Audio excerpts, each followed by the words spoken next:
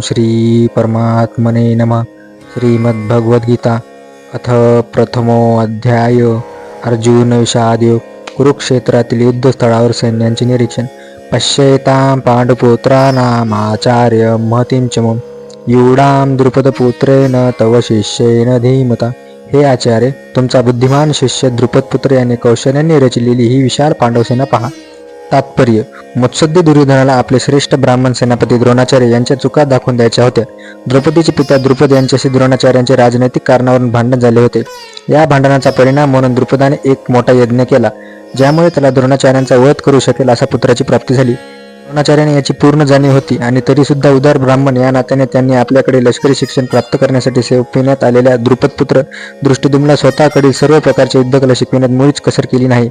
आता कुरुक्षेत्रावरील युद्धभूमीमध्ये दृष्टद्युम्नाने पांडवांची बाजू घेतली होती. त्याने द्रोणाचार्यांकडूनच प्राप्त झालेल्या युद्धकलेनुसारच पांडव सेनेची व्यूहरचना केली होती. द्रोणाचार्यांनी युद्धकर्तेवेळी कोणत्याही प्रकारची तडजोड न करता दक्ष राहावे, म्हणून दुर्योधनाने त्यांची ही चूक त्यांच्या लक्षात आणून दिली.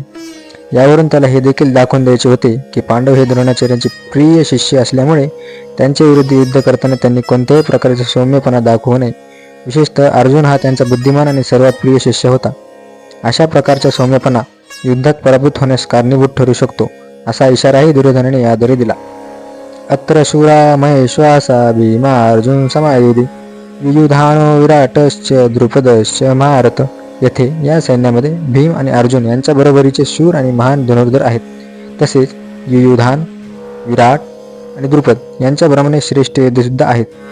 तात्पर्य: द्रोणाचार्यांच्या बलशाली आणि निपुण युद्धकलेसमोर दृष्टद्युम्न काही फारसा मोठा अडथळा नव्हता.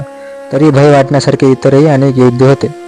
दुर्योधन त्यांचा उल्लेख विजयाच्या मार्गातील अत्यंत मोठा अडथळे म्हणून करतो, कारण त्यांच्यापैकी प्रत्येकजण भीम आणि अर्जुन यांच्या इतकाच शक्तिशाली होता. त्याला भीम आणि अर्जुन यांच्या शक्तीचा पुरेपूर जाणीव होती, म्हणून इतरांची तुलना त्याने त्यांच्याशी केली. दृष्टकेतुश्च कीतानः काशीराजश्च वीर्यवान पुरुजी कुंतीभोजश्च शोभ्यश्च नरपुंगव. तेथे श्रेष्ठ शूरवीर आणि बलशाली असे दृष्टकेतू, चेकितान, काशीराज, पुरुजित, कुंतीभोज आणि शैब्य यांच्यासारखे योद्धे आहेत. युद्धामन्युश्च विक्रांत उत्तमौजाश्च वीर्यवान सौभद्रो द्रौपदेयाश्च सर्व एव महारथा. तेथे पराक्रमी युधामन्यू, अत्यंत शक्तिशाली उत्तमौजा, सुभद्रापुत्र आणि द्रौपदीचे पुत्र आहेत. हे सर्व योद्धे महारथी लढवे आहेत. अस्माकं तु विशिष्टाये तान्निबोध द्विजित्तम नायका मम सैन्यस्य संज्ञार्थं ताम्रविमीते. हे ब्राह्मण श्रेष्ठ, तुमच्या माहितीकरिता माझ्या सैन्याचे नेतृत्व करण्यासाठी विशेष पात्र असणाऱ्या सेनाधिकाऱ्यांविषयी मी तुम्हाला सांगतो. भवान भीष्मश्च कर्णश्च कृपश्च समितिंजय अश्वत्थामा विकर्णश्च सोमदत्ती तथैवच. येथे आपण स्वतः भीष्म, कर्ण, कृप, अश्वत्थामा, विकर्ण आणि भूरिश्रवा नावाचा सोमदत्ती असे युद्धात नेहमी विजय ठरणारे योद्धे आहेत. तात्पर्य: दुर्योधनाने असामान्य अशा योद्ध्यांचा उल्लेख केला आहे, कारण हे सर्व योद्धे अपराजित आहेत. विकर्ण हा दुर्योधनाचा भाऊ आहे, अश्वत्थामा द्रोणाचार्यांचा पुत्र आहे आणि सोमदत्ती किंवा भूरिश्रवा हा भैलिकांच्या राजांचा पुत्र आहे. कर्ण हा अर्जुनाचा भाऊ आहे, कारण पांडुराजाशी विवाह होण्यापूर्वीच तो कुंतीच्या पोटी जन्माला होता. कृपाचार्यांच्या जुळ्या बहिणीचा द्रोणाचार्यांशी विवाह झाला होता. अन्येच भव शूरा मदर्थे त्यक्तजीविता नाना शस्त्र प्रेरणा सर्वे युद्ध विशारदा. माझ्यासाठी स्वतःच्या जीवनाचा त्याग करण्यास सदैव तत्पर असलेले अनेक शूरवीर इथे आहेत. ते सर्व विविध प्रकारच्या शस्त्रास्त्रांनी सुसज्ज असून युद्धकलेत निपुण आहेत. तात्पर्य: जयद्रथ, कृतवर्मा आणि शल्य यांसारख्या इतर योद्ध्यांविषयी सांगायचे झाल्यास ते सर्वजण दुर्योधनासाठी आपले जीवन देण्यास तयार आहेत.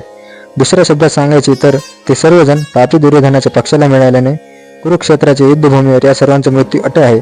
वर सांगितलेल्या आपल्या मित्रांच्या एकत्रित सामर्थ्यावरून दुर्योधनाला मात्र आपल्या विजयाबद्दल पूर्ण खात्री होती. अपर्याप्तं तदस्माकं बलं भीष्माभिरक्षितं पर्याप्तं तिदमेतेषां बलं भीमाभिरक्षितं. आमची शक्ती अपरिमित आहे आणि पितामह भीष्म यांच्याद्वारे आपण पूर्णपणे सुरक्षित आहोत, परंतु भीमाने काळजीपूर्वक रक्षलेली पांडवांची शक्ती ही मर्यादित आहे. तात्पर्य: या ठिकाणी दुर्योधनाने तुलनात्मक शक्तीचा अंदाज व्यक्त केला आहे. सर्वात अनुभवी सेनापती पितामह भीष्म यांनी सैन्याचे विशिष्टपणे रक्षण केल्यामुळे आपल्या सैन्याची शक्ती ही अपरिमित आहे असे त्याला वाटते. उलट पक्षी कमी अनुभवी असलेल्या सेनापतीने म्हणजेच भीमाने रक्षलेली पांडव सैन्य हे सीमित आहे. भीम हा भीष्मांच्या उपस्थितीत नगण्यच होता.